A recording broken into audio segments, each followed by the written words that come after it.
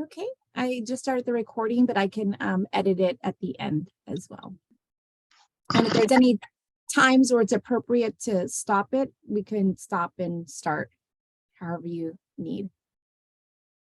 Okay, I'm actually going to stop it real quick until we get started at 9. Questions, things like that, just let me know. Totally happy to adapt and work with that. So just to get us started, I am Kimmy Remus, she, her pronouns. I'm a prevention specialist here at the partnership, calling in from Susquehannock, Piscataway, and Nantego lands. And I am here to do a little Prevention 101 training.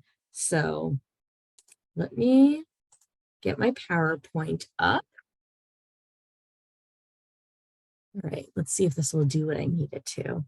That's always the question, right? All right, is everyone seeing like the blown up PowerPoints? Okay, head nods. I appreciate that.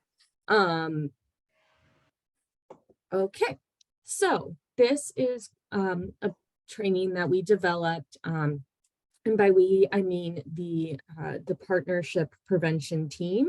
So it's been done in other regions as well and with other organizations.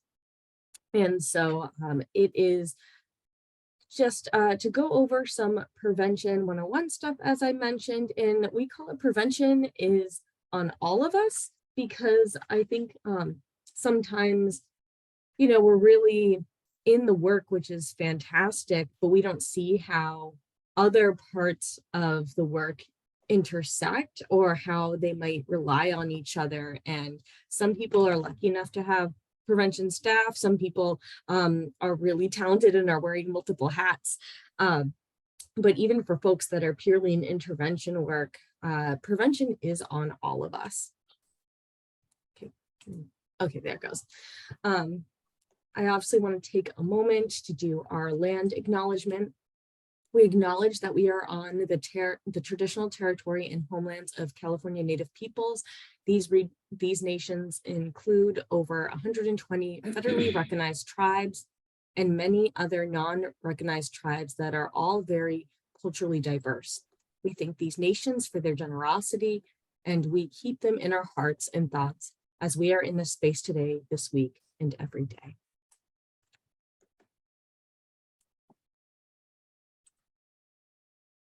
Okay, so just to go over what we're going to focus on really quickly in this presentation, this is kind of the order of how we're going to do things. And we've all really come together today to talk about how to build a better community. Most of us in this room would agree that DV is wrong and we want to address the issue, hence why we're all in this work. And fixing the problem is possible, but it's complex. It's well within our capabilities, but will require some reweaving of the social fabric. So that's why I want to bring prevention and prevention framework into mid-partner violence to really talk about that larger community change that we can make together. So just very quickly, a little bit of history, and just also want to honor like a lot of other different movements in our society, that actually the movement to end sexual violence began with Black women, and they are usually not credited for that. And it was within the anti-lynching movement that all of this got started. And so we really start to see things pop up in the mid to late 70s, thinking of second wave feminism, and the need for individual safety was recognized, which is really important. So shelters, then we kind of move towards a little bit of accountability towards the system. And then we started to kind of move into, you know, a lot of personal responsibility. And not that we don't think there's, you know, benefits to self-defense classes or safety planning, but we know that, you know, we never want to victim blame. We know that there are other factors involved. And so, you know, thinking about also how all this is reactionary. So what if we could stop the violence before it actually began? And so with that, for example, how I mentioned that a lot of this started with Black women and anti-lynching movements. It also started with Black women Lucy Smith and Frances Thomas. If anyone's heard of the Memphis riots in the 1800s, they were some of the first women to testify before Congress about sexual violence that happened to them. Unfortunately, nothing really became of that. The people who attacked them were not held accountable, but honoring again the history that we've come from. Okay, so prevention approaches. So prevention is hard, and it's hard because it requires data. So you might have heard the term evidence-based or practice-informed. So meaning that, you know, there is something behind it, whether it's been formally peer-reviewed with an evaluation process or an evaluation process with a local program. There usually is data behind it. It's comprehensive, so we can't just like work on one area and then go, okay, great, we did prevention. And it's long-term, which is really hard for people because it takes a long time to see the fruits of your labor.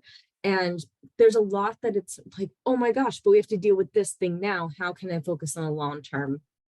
And because again, it's looking at that larger societal change. So a little bit of definitions and frameworks. So this quote, no epidemic has ever been resolved by paying attention to the treatment of the affected individual. And so what we mean with that is, you know, throughout the last century, we've seen some very successful like public health efforts that have been resolved or significantly minimized. And it's not because we only looked at, you know, one individual with lung cancer or one individual that had a traumatic brain injury from a biking accident. It was because we implemented things such as anti-tobacco and smoking campaigns or helmets that was able to kind of make these shifts and make those problems, they still exist, but significantly reduced. So that's that, you know, not just me, it's a we, it's a collective thing because individual behavior change is important, but we know so much of what drives all of this is, for example, norms in society and also policies in institutions and systems. If you want to wear a bicycle helmet, but there's nowhere to buy one because society has not adopted that as a prevention technique, how are you supposed to implement your behavior change? It needs to happen at that other level too. So this is the public health model. And I'm just going to go through it very quickly, but it's a model that gets applied to a bunch of different problems, whether it's disease, injury, societal problem, in order to address it with public health approaches. So we need to know that something's a problem to even address it, of course. Some of you might have heard of risk and protective factors. We talk about that a lot in prevention. And so what are the factors that are causing some individuals and communities in order to engage or be more at risk? And what are some things that might protect them? So we know, for example, if we go back to that smoking example, so a non-DV thing, you know, some risk factors are parents who smoke, saturation of liquor stores, maybe in the area that someone lives. And then we also, sorry, no, it just went ahead. That's fine. We'll go ahead anyway. But protective factors would be maybe like, you know, a smoke-free campus, for example. So developing and testing prevention strategies. This is because, you know, it's not like it's trial and error. A lot of it is trial and error. We know, for example, the Say No to Drugs campaign, that was something they tried. We also know that there were a lot of societal issues with it. It was racist, but it did not work. You can't, so that is a failed prevention strategy. We know that, for example, like safe injection sites, or teaching people how to use Narcan, like there are many other different prevention strategies that do work and that do reduce the deaths from drug use, that sort of thing. And then we have widespread adoption. So like I said, that change takes a long time. Changing social norms is a huge part of this. And because of that, we need to kind of have that widespread adoption in order for it to be sustainable long term. So we have 3 different categories of prevention. We have primary, secondary, and tertiary, and you can think of that as 1, primary, secondary, 2, tertiary, 3. And primary is before violence has even happened.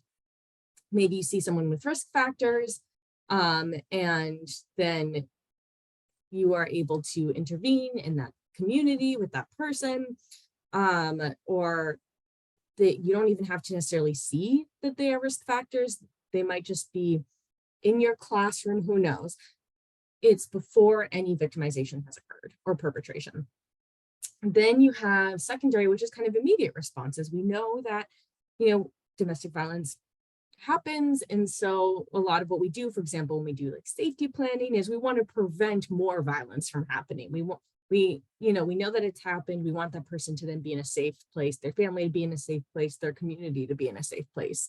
And then tertiary is long-term responses that could even be, working with long-term counseling and PTSD, the lasting consequences of violence, batterers treatment.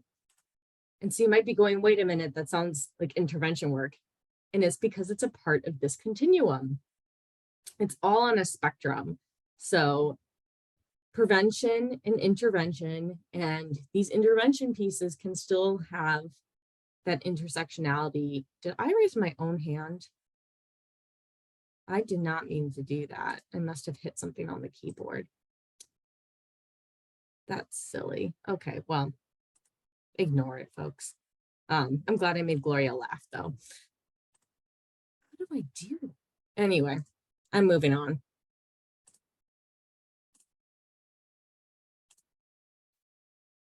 Okay. Oh, it's gone now. So the other thing about prevention is, I keep saying the other thing, there are many things about prevention. It needs to be, since that is that long-term investment, it's more than one time, it's ongoing, and it really needs to be integrated, and it really requires buy-in. It requires buy-in from the community, it requires buy-in from your leadership, because we know a lot of this stuff goes with like, can you fund a prevention position? Can you fund prevention programs? That comes from leadership and needing them to understand that this is a priority. I do want to just say though, if you can, let's say you're like, oh, but I only could get into that school for one assembly. That was my one time. That's okay, because that is opening the door, that is stepping in, and that's maybe one time for now. And any prevention is better than no prevention. So changing CADS, knowledge, attitudes, behaviors, and beliefs. So to go through this quickly, people, we teach them about, hey, for example, teen dating violence is a problem, domestic violence is a problem. We know it's an issue that people do not talk about a lot, and there are a lot of myths and misconceptions around it. And so we can use kind of that change in knowledge to change some attitudes around it, which lead to some change in beliefs, and that will lead into change in behaviors. And for community kind of drive those changes leads to those social norms I talked about, and some maybe institutional policies changing as well.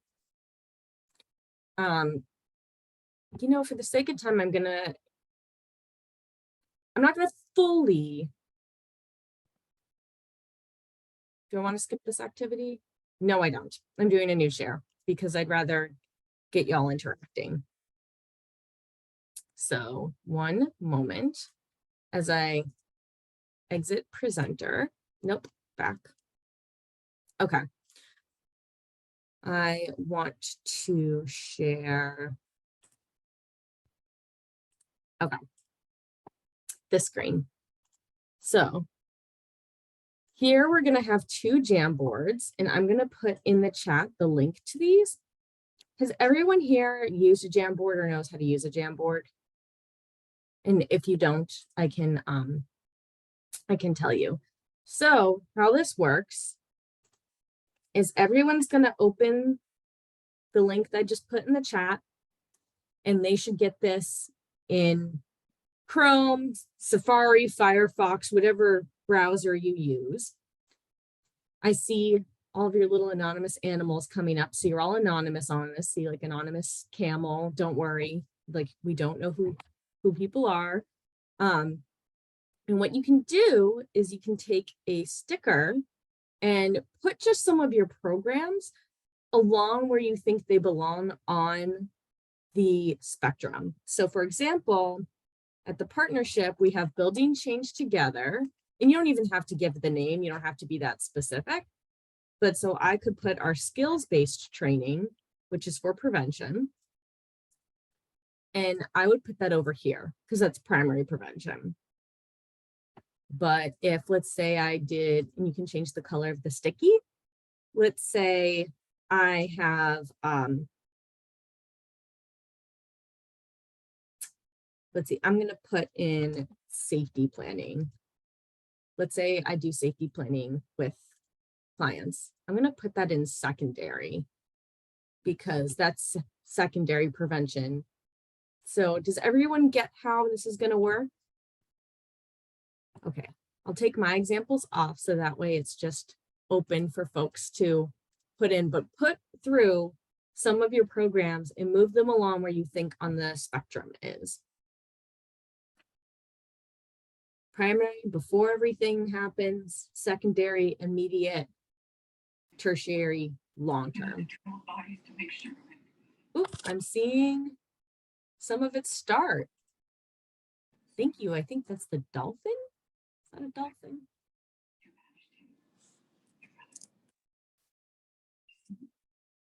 Mm-hmm. Yeah, well, try it. Bavarian Egyptian animal care deals choice. Flesh of the body, find the box.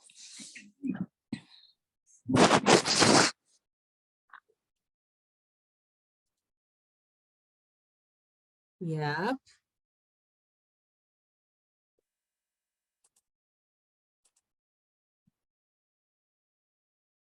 Lots of good examples. Everyone seems to be putting them in the places of prevention.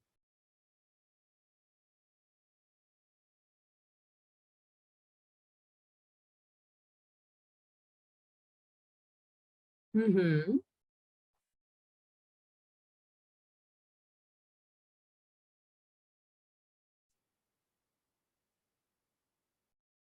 And I'll give y'all maybe like another minute because we have a second page.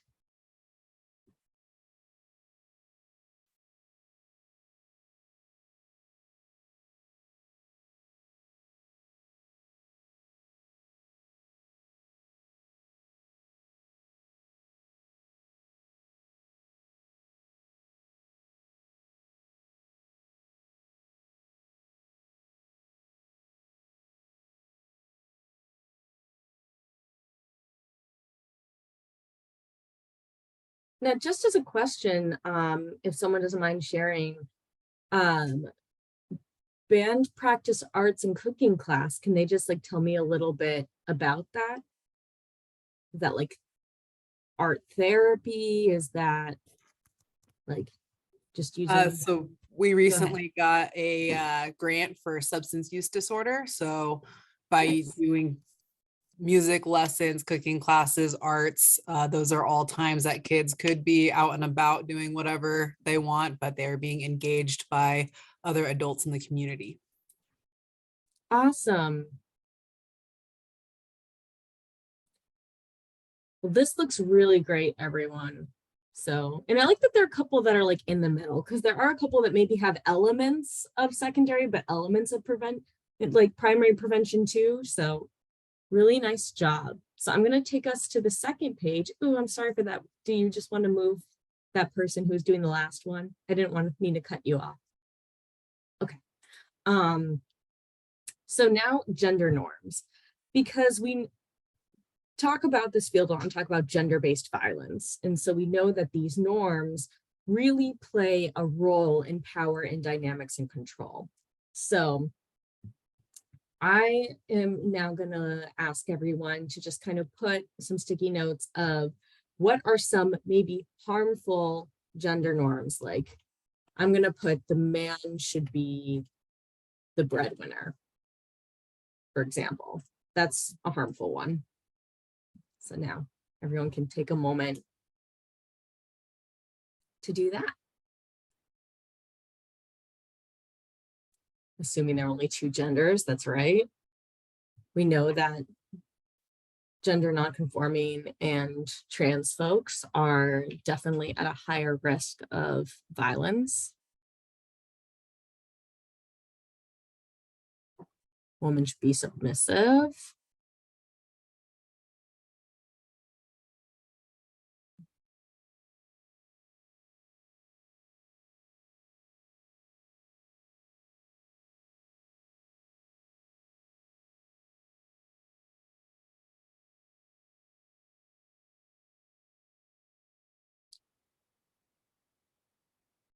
Oh, I like that. Men don't or shouldn't cry. Healthy expression of emotions we know is harmful. Women belong in the kitchen. All men and our women are the same. So taking out like the humanizing pieces that make us all individuals. It's a lot easier to commit violence against someone that you don't see as human. That doesn't happen to men. Yes, a lot of men are in power, which does make a lot of this hard. We know that there is, again, an imbalance in society.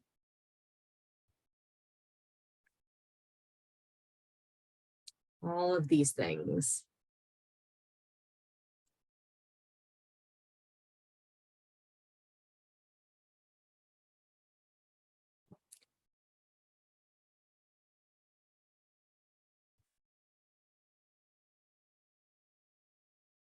Using their own pronouns.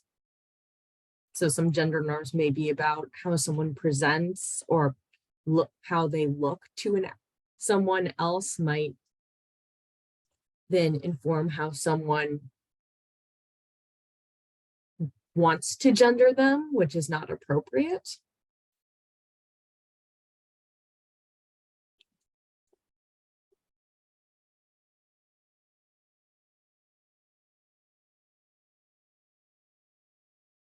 Hyperfemininity and hypermasculinity, absolutely. Oh, I was able to get like the meerkat. Like, I'm very impressed. I did not know that that was an option for like the little things. Okay, I think like we really got the point of this and just wanted to like break it up from me talking for a minute. So that way you all are able to participate. I'm going to bring us back to from this slide, from current slide. So again, thank you all for participating in that. And so here are some other examples of some norms that are harmful for folks, and how, you know, okay, partner violence is, it's not your business to intervene. Unequal pay for equal or better work. A lot of people put in kind of some work-related things when we did that gender norms activity. Lack of control over healthcare or reproductive health. We know that's particularly important now. But also, you know, to show like policy opportunities. This is a great potential area for change, because there are things that we can do. We know that some states have the Equal Pay Act. We know that there are states such as California protecting reproductive health.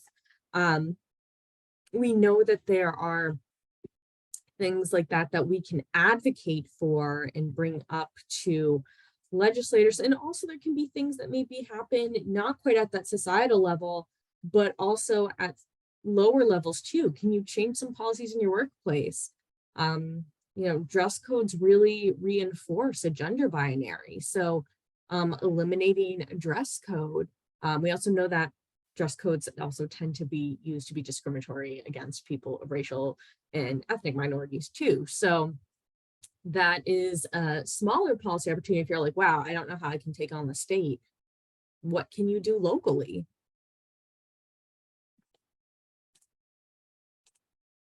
Okay, so this is an exercise called hot dogs for breakfast. Some of you might be wondering where she's going with this.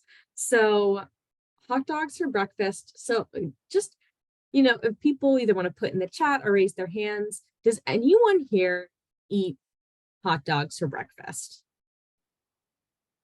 Has anyone ever done that?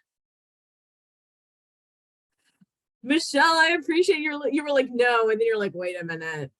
Because that's how I feel too. I feel like traditionally I have not, but there's been a weird day here or there.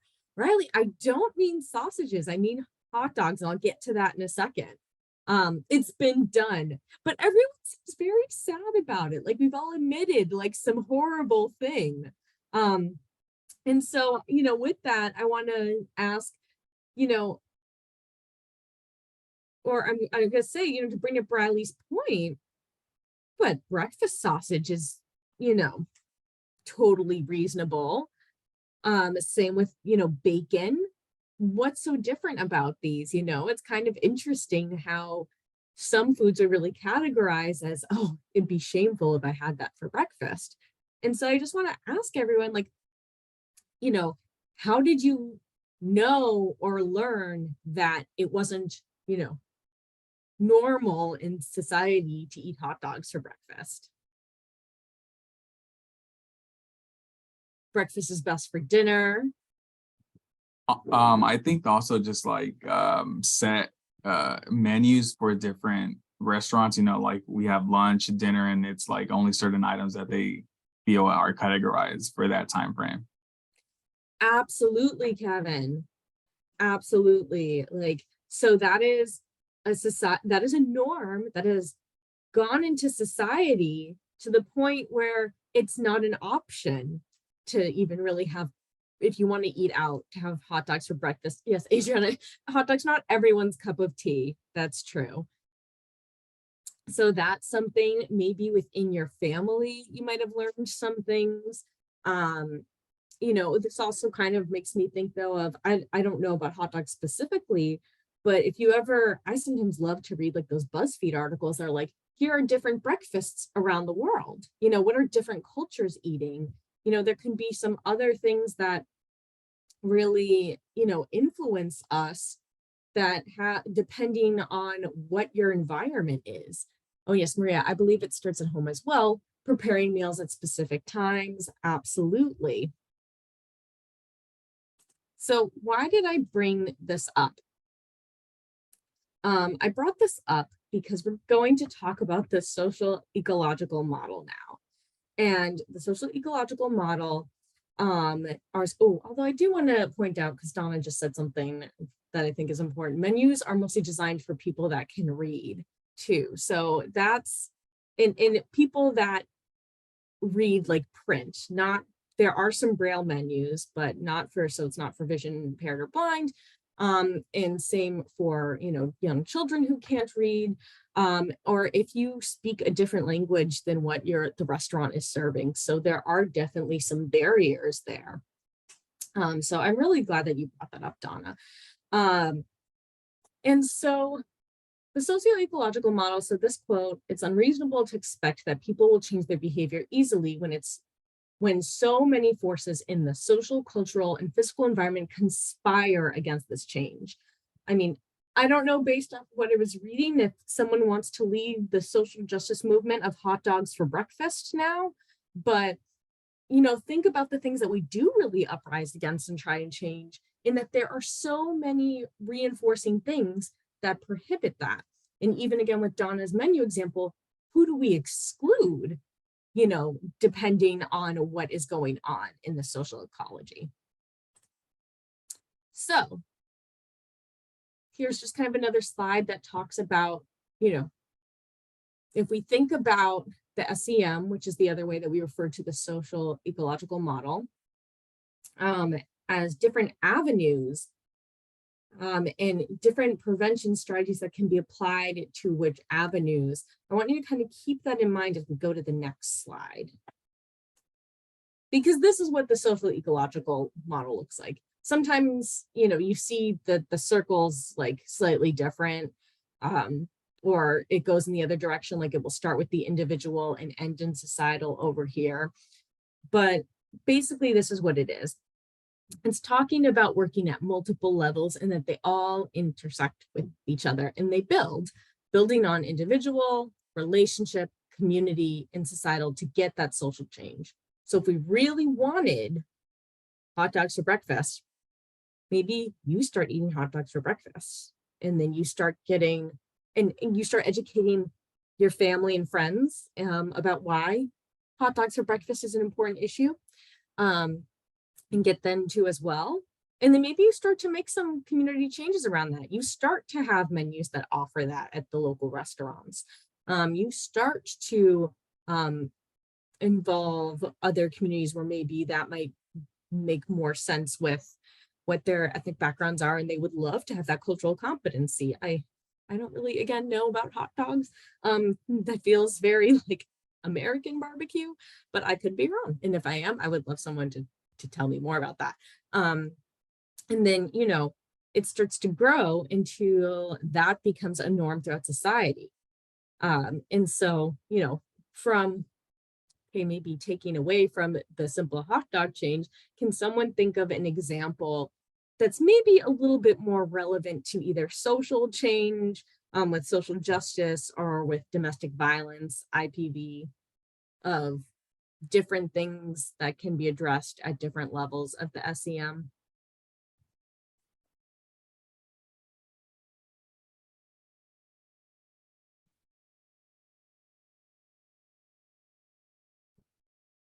I believe in today's society, consent has been an upfront issue that has been talked about on a societal level and community and relationship and as individuals, and it has created a social change. Absolutely. I think that that is a great example because that was something that, you know, I never remember getting consent education when I was in school or anything like that. And now we really see it being in social media, being in different TV shows and movies examples, people clapping back at old examples of not being consensual. It's something that the youth ask us about now too. Yes, and Don, thinking about who is excluded in some of these things as well again.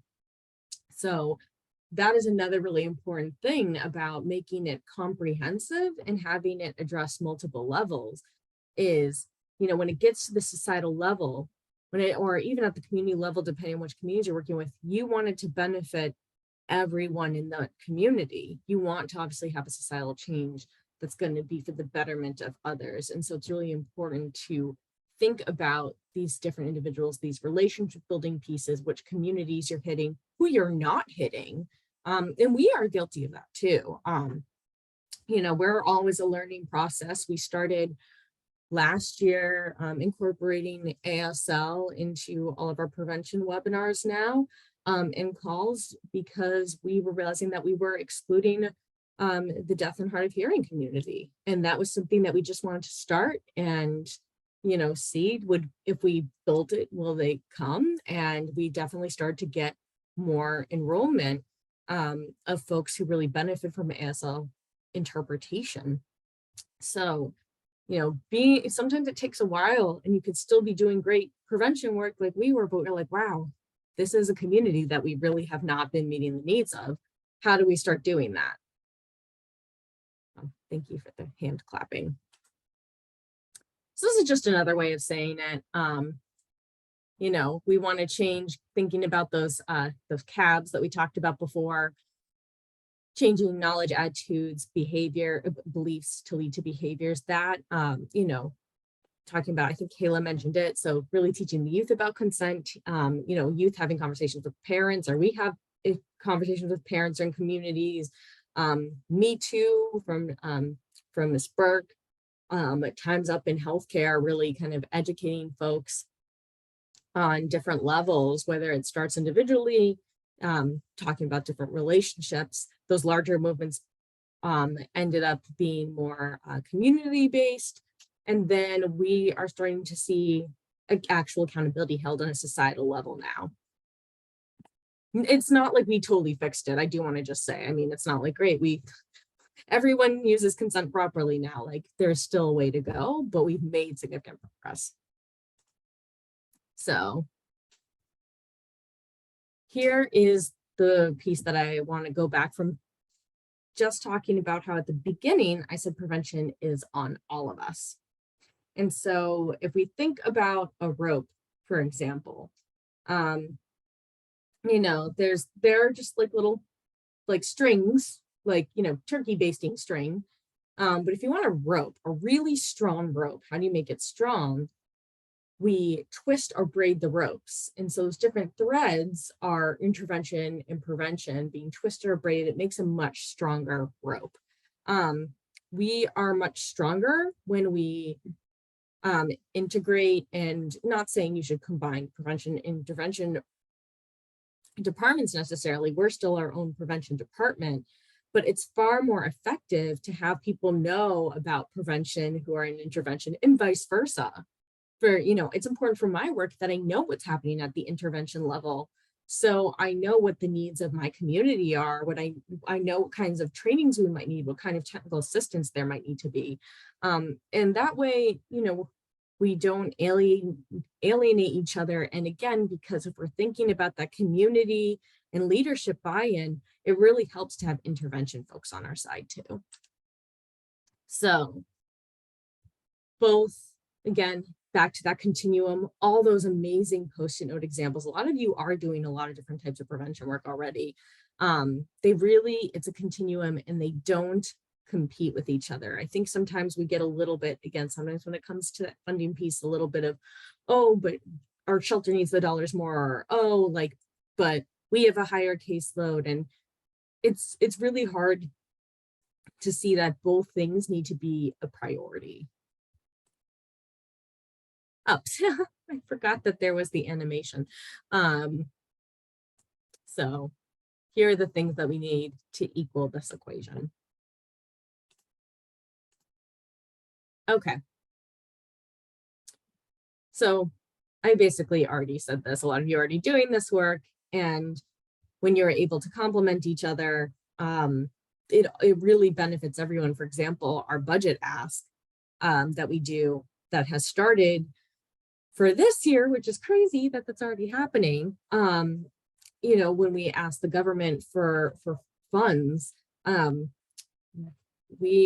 budget ask has netted for, you know, 15 million prevention and I think $100 million for intervention. And so to be able to put up that comprehensive plan forward for consideration of the governor's budget, that could really benefit everyone.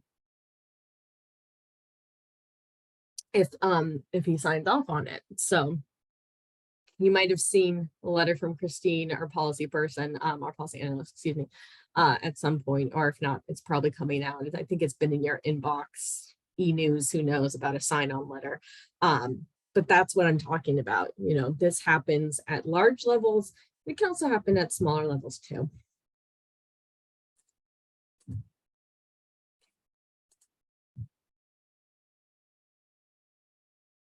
All right. So we talked a little bit about risk and protective factors. And so just, again, so to get folks involved, and because you all bring a lot of really wonderful knowledge to this, who can think of, you know, some things that protect their community members from violence? What are some things that increase their risks? And what prevents people or what increases their risk of perpetuation, I can't talk today, of violence. So if anyone wants to put in the chat or talk about what they think some of those risk and protector factors are, and if there are any groups that are maybe more at risk, are there things that you think that could change? I know I just threw a lot at y'all. Well, with the specific community that I work for, there's a language barrier. So Mhm. there's like there can be difficulties with law enforcement, and then to that, like there's no law enforcement there, so they don't see like that they can tell somebody if like they're facing any type of violence. And Yeah. and then just to umbrella it all, I guess it'd be just they don't know like their resources. Like I mean they may know, but it's like they don't um yeah. Yeah. No, absolutely. So that's a risk factor for folks. If you have a language barrier, um, that is a huge thing because how are you going to, as Kevin just said, know what's available to you? How are you supposed to communicate that you have a need for help? How are you able to um, protect yourself from being victim of something if, someone could dissuade you? There are a lot of different things there. Donna says community collaboration. So that would definitely be a protective factor or something that could be, increased, it's modifiable in order to create more safety for different communities. So I'm also a fan of collaboration and bringing things together, bringing people together.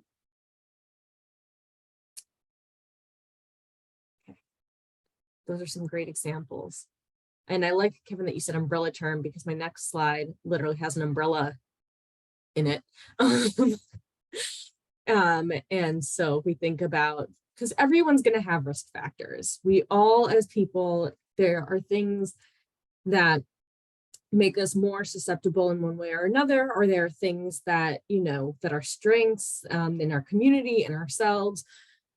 And the protective factors, if we expand those, then they protect us from the risks that there are. So for example, gun violence is, a risk factor that unfortunately being in the US, a lot of us have to worry about or deal with. And so some protective factors might be, okay, so some laws around gun control, around red flag laws, background checks, some personal protective factors, could be either not having a gun in a home, or they could be like, if you do, utilizing safe storage, or in having like proper education and training, and same around with your family. On a community level, maybe it's the amount of, other places where you can buy them in your community, or as a community, have you come together in your town or your city, say you can't buy them here, you can't buy them within a certain distance of a school. So there are different things that can happen. That then, the more things that you add, the larger the umbrella gets. Okay. So these are some things that we know are protective factors. We talked about, I saw in some gender norms that there was a lot around emotions there.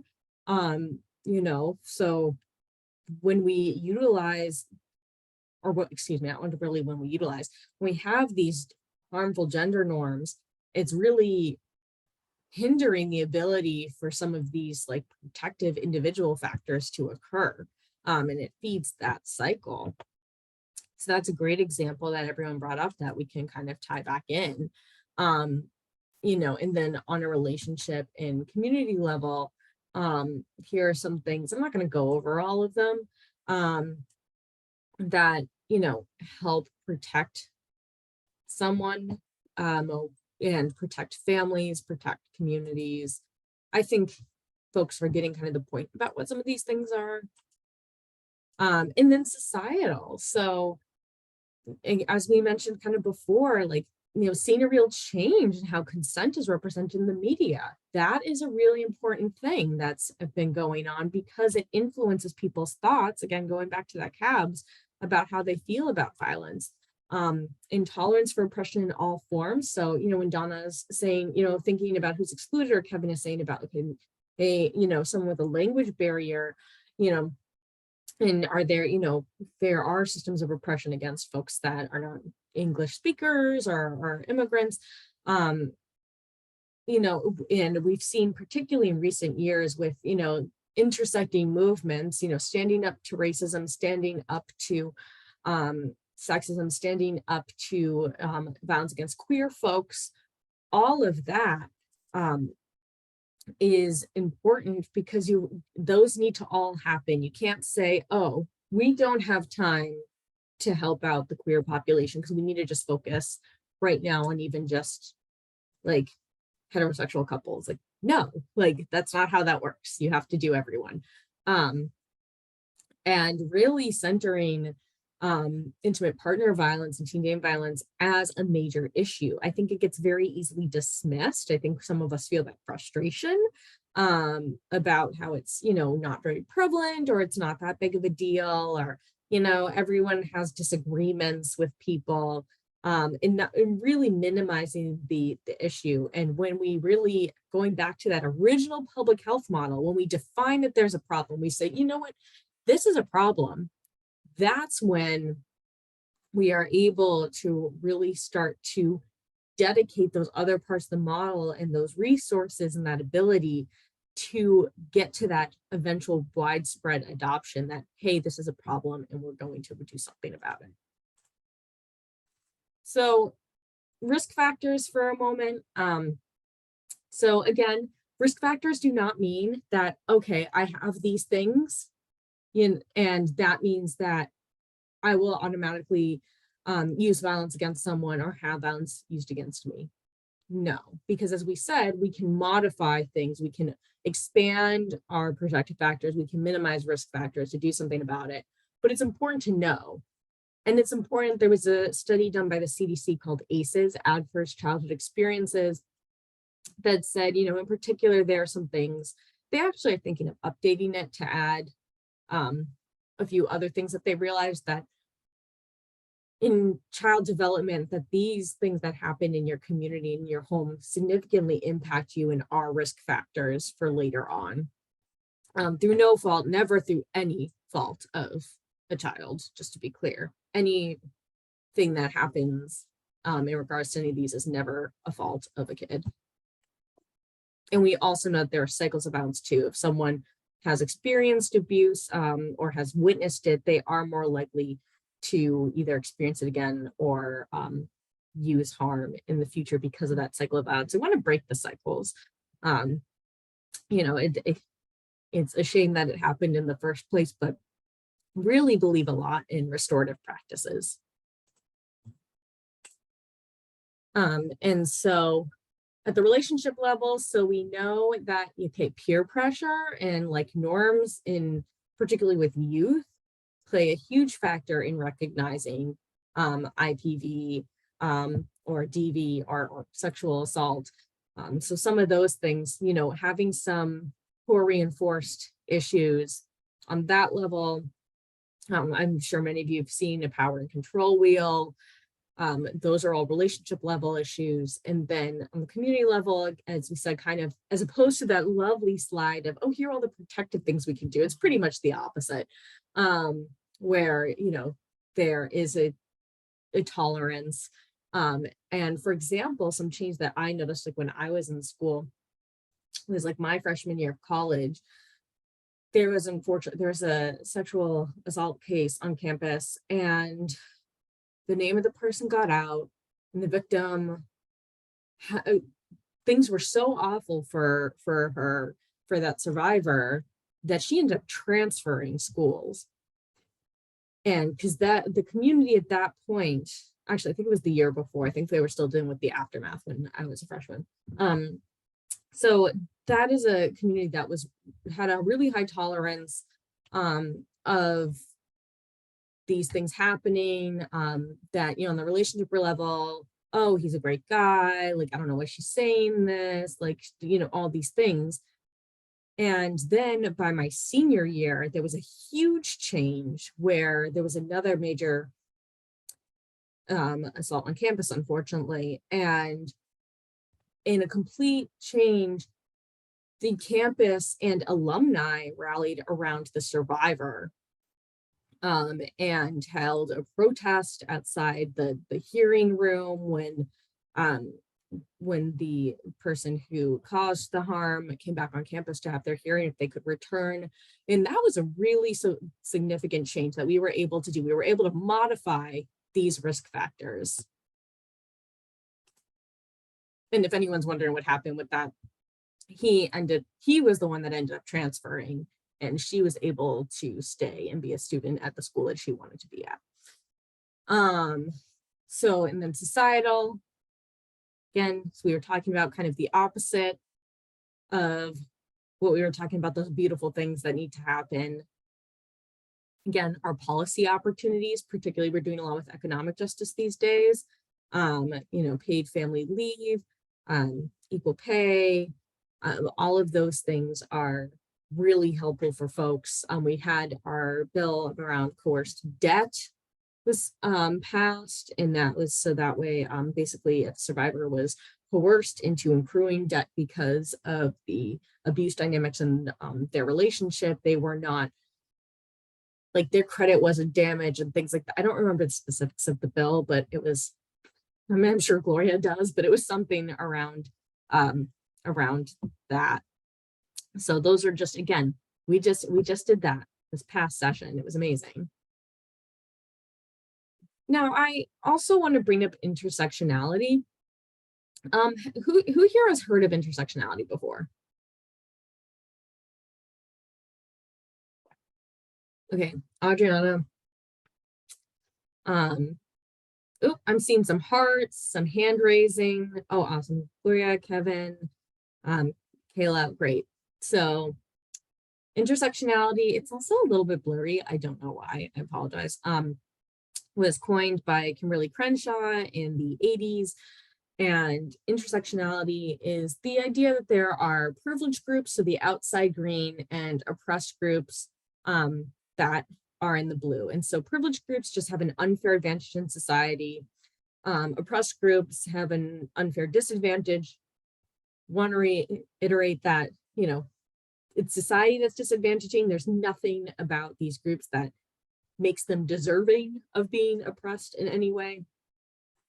It's because of those norms, because of those big societal pieces that we need to change and create equality and equity around. And so also the thing about intersectionality is that we're not just one thing. We are multiple things. So some of us will hold privilege in some spaces. I'm going to use myself for an example. I am white. That gives me an immense amount of privilege in our society. I didn't earn that privilege.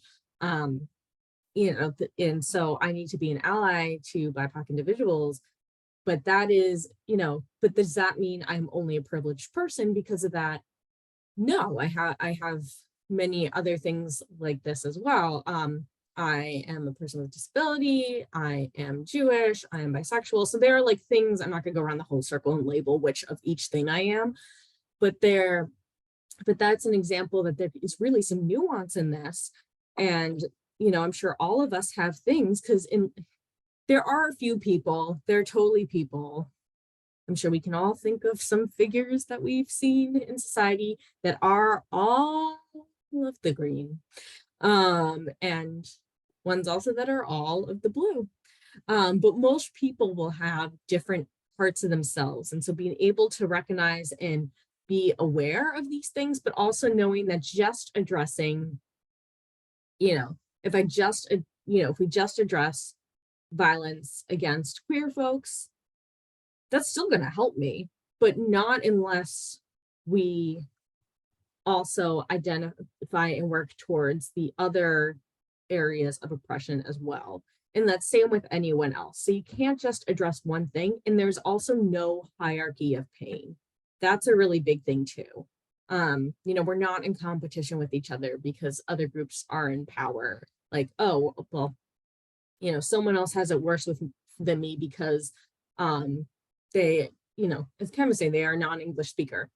In some instances, absolutely, but that doesn't mean that, it's like, oh, well, they have that, so automatically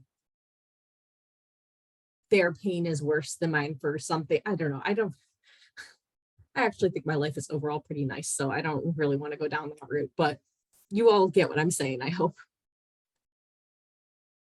Thank you for laughing, Kevin. See, I did say to Michelle earlier, I was like, I need another cup of coffee, but I did not get one, which is my fault. So glad I can make folks laugh. So we have, for example, like a simple vision. This is from the Love is Respect high school curriculum. You know, a dating violence program in a high school is needed to prevent intimate partner violence in our community, which those are fantastic. But this assumes that this knowledge is just short-term, kind of one intervention needed. And if we go back, thinking back to like what I said at the beginning, again, some prevention is better than no prevention, but that is just one piece. Having messages constantly reinforced and having a long-term investment in addition to the short-term is very important, which is essentially, I just jumped ahead, what is our complex vision is. So adolescents are influenced, so taking that teen example, are influenced by many factors that support or condone intimate partner violence, and each of these factors need to be addressed. And that will create the long-term change that we are all hoping to see.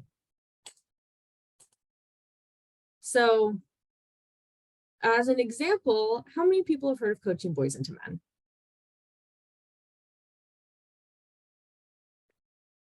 Okay. Oh, Adriana again.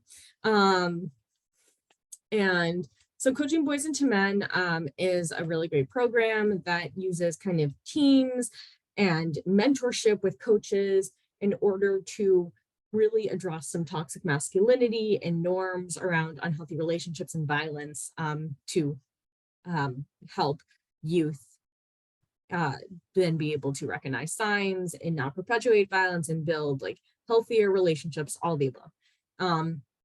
And so it's really comprehensive. It includes kind of examples at all of the levels. So the individual level, there's curriculum that's taught, there's counseling for the athletes, relationship, there are support programs, there's a mentoring piece, there's a parent training.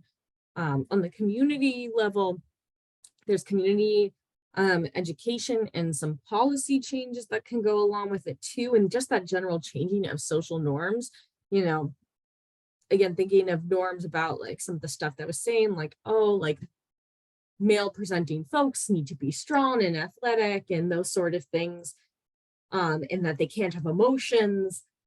A lot of this really combats that. It really works at changing that so that way those norms no longer exist in this community. And then they also have the organization through Futures Without Violence has policy changes on the whole, on like a much larger level, and has media campaigns. So that's the societal piece. Does anyone have kind of any similar examples? You don't have to go through all parts of the SEM, but if you think to some of your prevention programs, do you think that there are some similar models that maybe you use?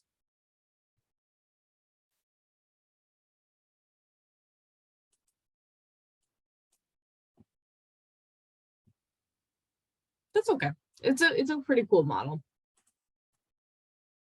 So something that I've been saying a lot, but it's important, is, again, we really have to address multiple things in order to create the change. Societal change efforts have been successful at bringing awareness to the issue of IPV, creating legislation, funding services. However, in order to prevent the violence, again, efforts change to change society at a much more broad level in a larger focus.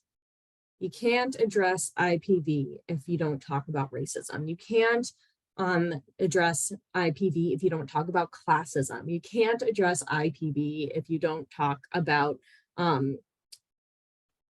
hate towards the queer community. You can't do those things. They need to happen together. And this is just, there's a really cool tool on the CDC called Connecting the Dots. You can just even Google CDC Connecting the Dots.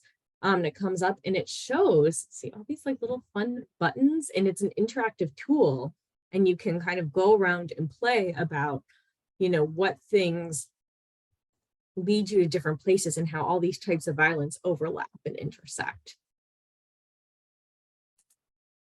So we're now going to do a little activity again.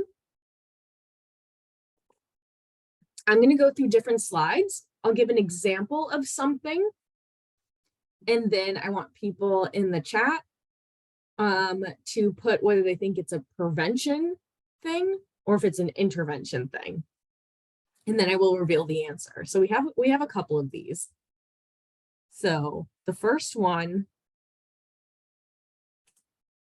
is the content focuses on helping victims or holding perpetrators accountable after violence occurs or if violence occurs. So put in the chat, do you think we're talking about intervention here or prevention?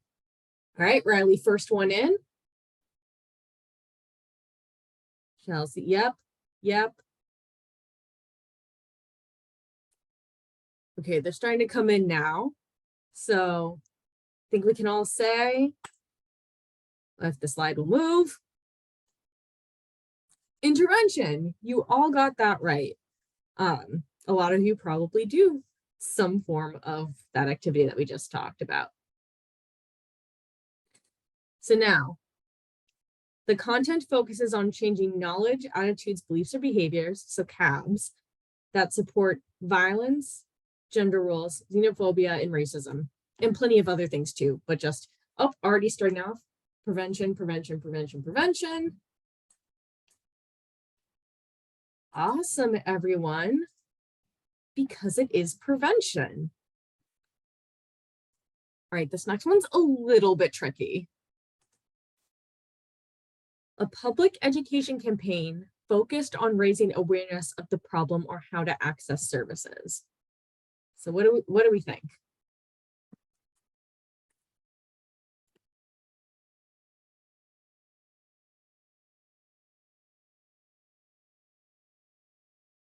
Okay, so getting some mix. There's a little bit of both. Some intervention, some prevention. So intervention, and the reason why I'm going to say this is because this is normally a hard concept about awareness campaigns are not always primary prevention. You know, for primary prevention, we like to have knowledge and then in some action in addition to it, and about the prevention, like before violence starts piece. So there absolutely are awareness campaigns that include that. For example, we're going to be starting in February, Teen Dating Violence Awareness and Prevention Month. So awareness is a separate word there. And the reason why I'm saying it's intervention for this one is because it's focusing on acknowledging that the problem exists and about accessing services. So after the fact, that one's a little confusing. Does anyone have any like follow questions about that one? But also, I like the people who said it's a little bit of both, because if we remember, there's a continuum, and that one kind of, you know, fits a little bit along, and where, you know, it's not quite in one, it's not quite another. It's mostly secondary. I'd say it's mostly secondary prevention, also known as intervention. So that one was a little tough one to just, you know, mess with you. No, I don't like to mess with you, but just because that comes up a lot. So now the content focuses on defining and supporting gender equity, healthy relationships, conflict resolution skills based on equality rather than power and control. What do you think? Prevention or intervention? I hope I didn't scare folks off.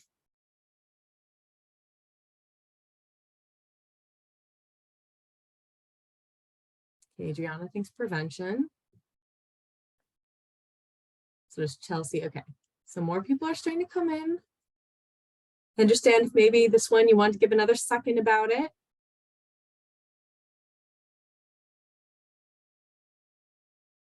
Can't make all of them easy. So this one's prevention. And the reason why, we're going to go back, is, and I understand why intervention was also brought up, because we talk about power and control so much when we talk about intervention, but it's because we're really looking at gender equity, on the skills that are needed, on healthy relationships, so increasing protective factors. That's kind of why we are putting this in the prevention camp, is because this will all lead to changing society and preventing violence. Whereas the other one was talking about, okay, we know it's a problem, and so how do we access services? So content can refer to multiple things, but it's what the content is focusing on. Okay. A public education campaign focused on promoting the behavior you want others to adopt. We only have a few more of these, I promise.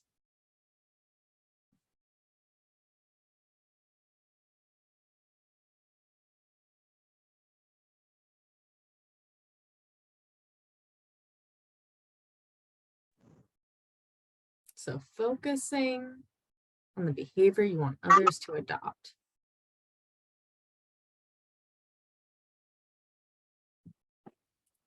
I like the ones with the question marks, which is totally fair because some of these are really hard. This one is prevention.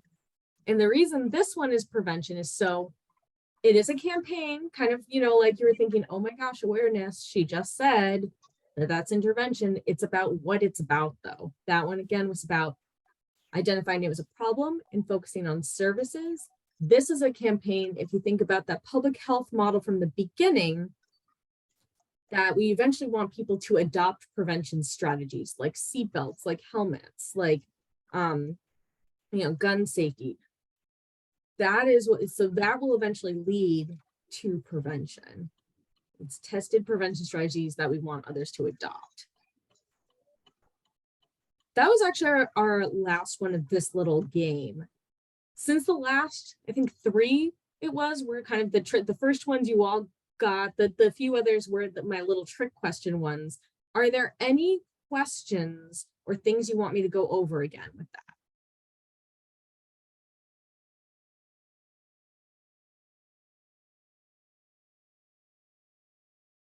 Okay, and if you want to talk to me afterwards or email me and be like, hey, can we go over something again? That's totally fine. I understand maybe not wanting to bring it up in the room, or if it's something where you're going, you know what? I get it. I also just like need time to percolate. That's fine too. So I talk fast, and I'm coming towards the end of the presentation, even though I said to Michelle it was going to take 2 hours. So I really appreciate everyone's participation, by the way. I know it's hard when someone is having you look at a screen for an hour and a half, or I think that's how long we've been talking. But I wanted to talk about what we do. Here's some of the things that we do at the partnership in regards to prevention. So we have our prevention peer network. And I'm going to put a couple of links in the chat, by the way, afterwards. I don't think I can do it necessarily at the same time as sharing this because they're in my notes of the PowerPoint. But our prevention peer network, some of you already signed up for. And so we have a variety of things that you can learn about through that. You'll get our monthly newsletter. And our prevention peer network has a webinar on the 3rd Thursday of each month. So this month is going to be on the 19th. And it's going to be on human-centered design. I'll put the registration link that has the description and everything for that in the meeting chat as well. We also have a Prevention Peer Network call, which is the 4th Friday of every month. So it's not as intense as a webinar. It's only an hour, as opposed to an hour and a half.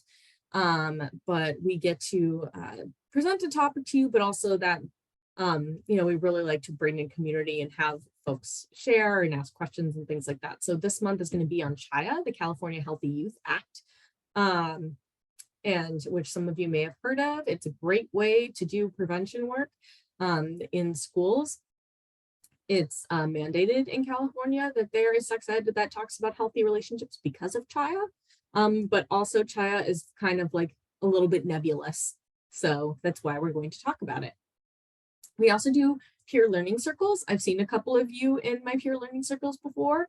peer learning circles, we have a couple of different topics. We have one for prevention supervisors. We have one for prevention in queer communities, one for prevention in school communities, one for economic justice.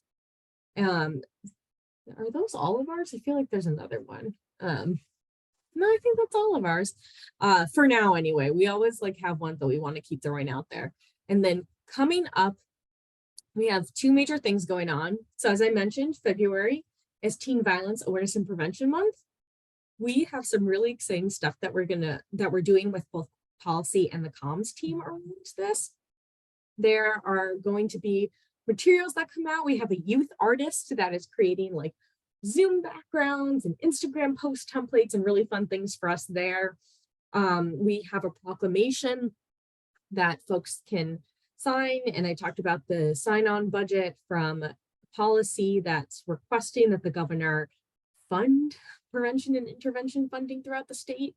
So we have all of those things happening too. And our big thing is we are going to have at the Capitol in Sacramento, we are going to have an Orange Day rally. Orange Day, you wear orange for Teen Day Violence Awareness and Prevention Month. And so that's going to happen Tuesday, February 7th in Sacramento. Details to follow. I know some of you, like Central Valley's large. So some of you are closer to that part of the state and some of you are a little bit further away. But if folks are kind of interested in getting involved somehow, would be really happy to talk more about that or follow up when we have more of the logistical details all set up there. And then my final thing that we have coming up is so Building Change Together. I mentioned we were doing one of our Post-it note exercises. That is our 3 days skills-based training for prevention specifically. And we have 2 tracks. We have a foundations track and an advanced track. January training is actually all full, which is really exciting. We have a lot of people who signed up, which is amazing. But we are hosting it again in March. March will be hybrid. It's gonna be our first time trying hybrid. So that's gonna be an interesting thing. So you can either attend virtually or you can come join us in Anaheim, which would be really fun as well. And so that's gonna be coming up. More details to follow on registration for that if folks are interested. And when you take the foundations track, you have to take that in order to take our advanced track. But if you take foundations in March, even though we won't host another one until like January 2024, we honor that track once. If you're like, I wish I could have taken them both, you can come back the following year and take track 2. And then this is my last slide. This is your prevention team. So I'm Kimmy, as I think you all might know by now since I've been talking to you for a while. I also have my coworker Melody, who is also a prevention specialist. She covers some of the other regions, but you can email any of us if you have questions. It's not like just because I'm the one that attends the Central Valley region meetings that you can only contact me. We all add different areas of expertise and lenses. Oh, thank you, Michelle. We also are honored to have Jennifer as our director of the department and Miranda, they are our associate director. A lot of you might be familiar with Miranda because they've been here the longest and was formerly like in my role before they got promoted a couple of times. So you've probably seen them around a little bit. Or you might have also, Melody used to work at Peace Over Violence, Jennifer used to work in Orange County. So you, even though it's not Central Valley, you might have, the DV world is small. So even if you haven't met us, we are all really excited to be here to help all of you with your prevention needs. All right, that is my training. Are there any questions? Are there anything else that I can help with or add? I will get all of that information in the chat for folks, or if I can't do it in time, I will make sure Michelle has everything to send out to everyone. But thank you so much for letting me talk your ear off. And thank you to those who participated. And Kimmy, I know that we may be sending the link to the recording, but did you also have slides to share, or would it just be the recording? I am totally happy to share slides. I have Okay. no qualms about that. So I will send you those as well. Wonderful. Also, I just wanted to mention to folks, I know it was brought up if that emergency preparedness toolkit was available in Spanish. And so I did bring it up to our leadership team while we had this training, and I'm waiting to hear back. I did notice that that toolkit was in English. So definitely want to get some other resources in other language, and I will get back to the whole region if when I hear back. Okay. Since I'm going to go ahead and stop the recording.